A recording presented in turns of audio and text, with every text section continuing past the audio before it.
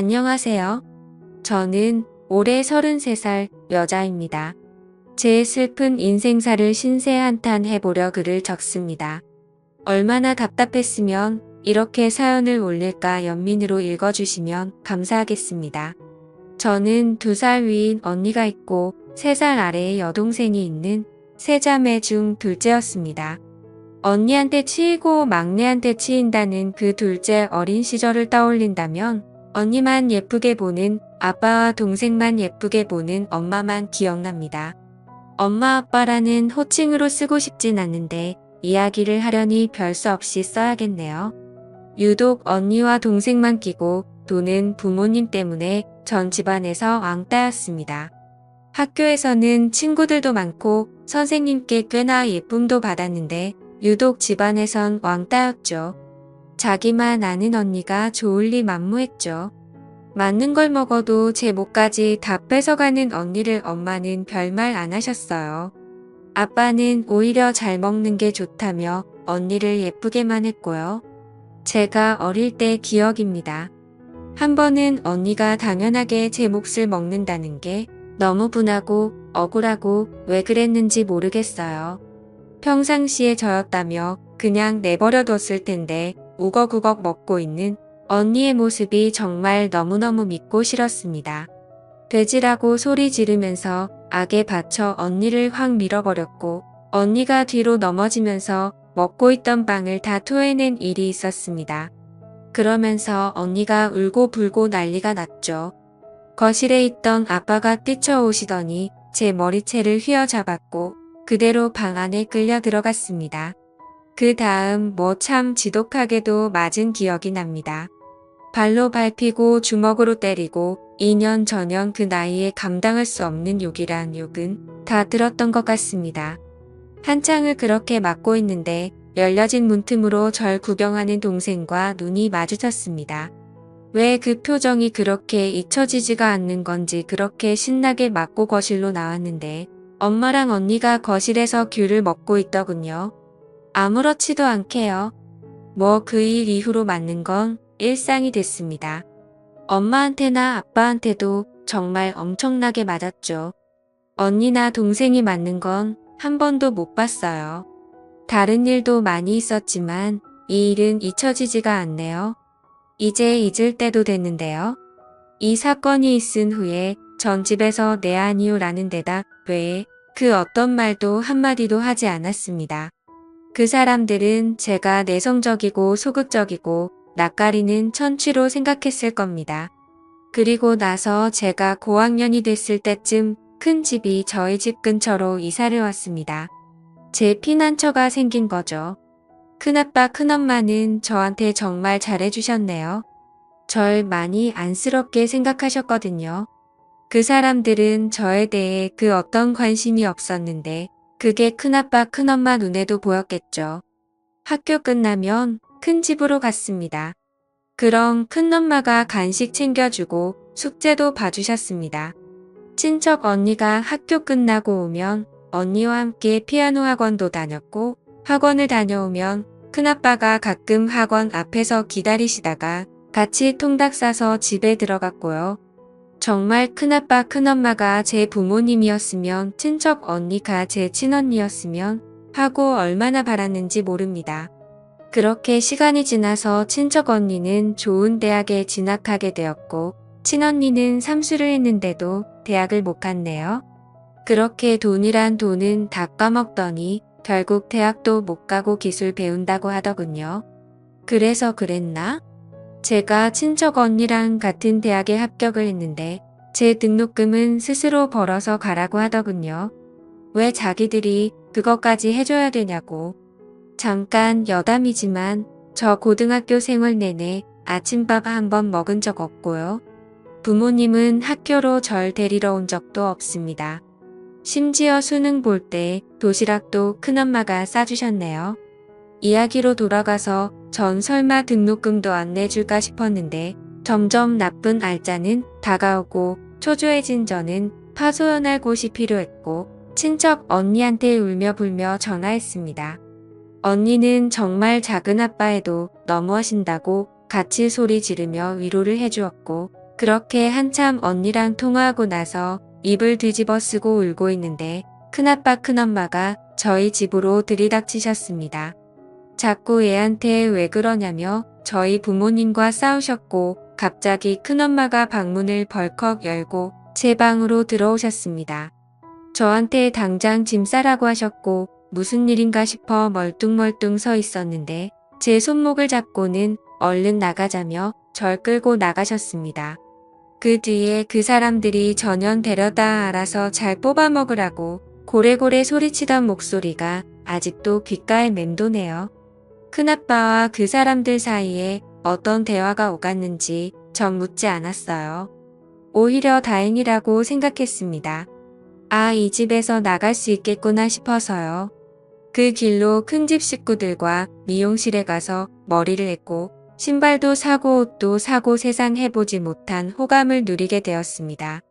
그렇게 전 큰 집으로 들어가게 되었고 큰 집 식구들과 가족이 되었습니다. 언니와 같이 학교도 가고 아르바이트도 하고 졸업도 하고 행복한 대학 생활을 했습니다. 언니는 저보다 먼저 대기업 연구원으로 취업했고 저는 같은 회사 사무직으로 취업했습니다. 대기업이어서 월급은 넉넉한 편이었고 마음이 편하니 성격도 활동적으로 변하더라고요. 큰 부모님들께는 뭐든 다 해드리고 싶었습니다. 저한테 부모는 큰아빠 큰엄마였으니까요. 등록금도 용돈도 모두 큰아빠 큰엄마가 주셨으니 갚아야 하는 건 당연하다고 생각했습니다. 물론 당연히 안 받으시길래 매달 꼬박꼬박 큰아빠 계좌에 50만원 큰엄마 계좌에 50만원씩 보내드렸습니다. 며칠 후에 이걸 아신 큰아빠가 호되게 야단치면서 얼른 다시 가져가라고 현금을 주셨는데 전 다시 받아서 또 계좌로 송금하는 우픈 해프닝도 있었습니다. 결국 큰아빠 큰엄마 이런 상황을 3달 반복하니 기권하시고 받으시더라고요. 후에 직장 생활을 하던 중 같은 회사 직원과 결혼하게 됐습니다.